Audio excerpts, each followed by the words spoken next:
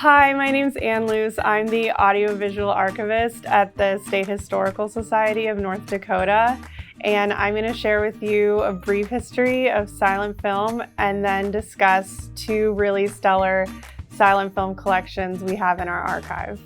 The phrase silent film is kind of a misnomer because when you would go and see silent films in the theaters back in their heyday, there would typically be a live musical accompaniment, someone playing the piano or an organ, and there might even be someone doing sound effects or reading the title cards.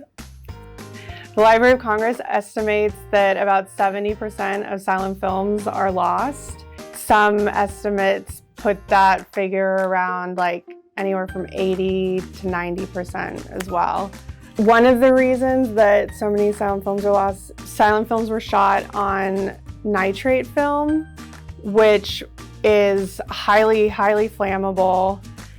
For that reason, you would have studio fires, movie theater fires, and some studio fires have completely wiped out their collection of original nitrate negatives. So because nitrate was so flammable, it was destroyed a lot of times as a safety precaution. With nitrate film though, if it's stored at freezing temperature, it can be pretty stable. At the State Historical Society of North Dakota, we have two silent film collections.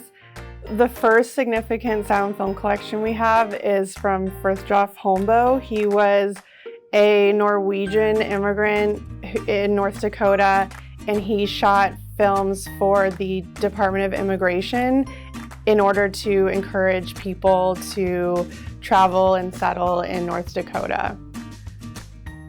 The other notable silent film collection we have is from Angela Marie Gibson. She was an independent female filmmaker who had her own independent film studio out of Castleton, North Dakota. It was run by her mother, and her sister.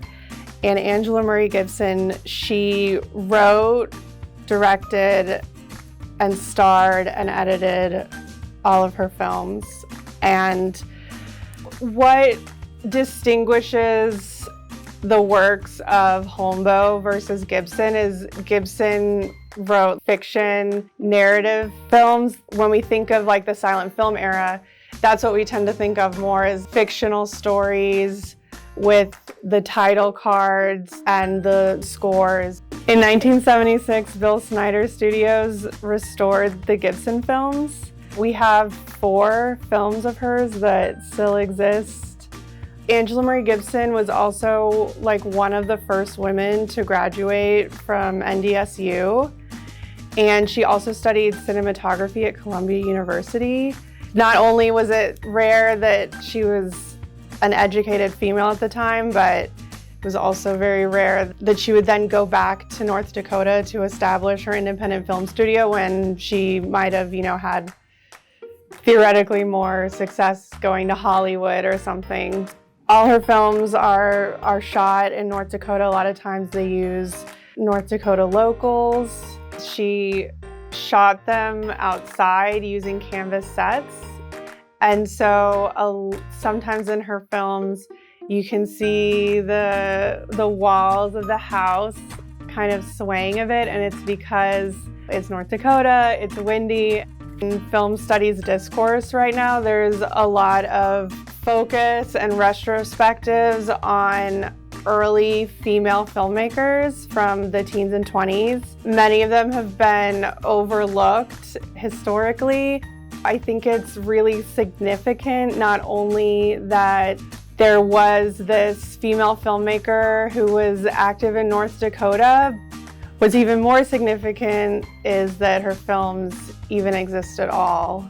And I think it's very important that we have these films of North Dakota, films that are both fictional and also documentary style, because it really provides a great glimpse of North Dakota at that time. For more information on the Holmboe and Gibson films, check out our website, history.nd.gov/archives.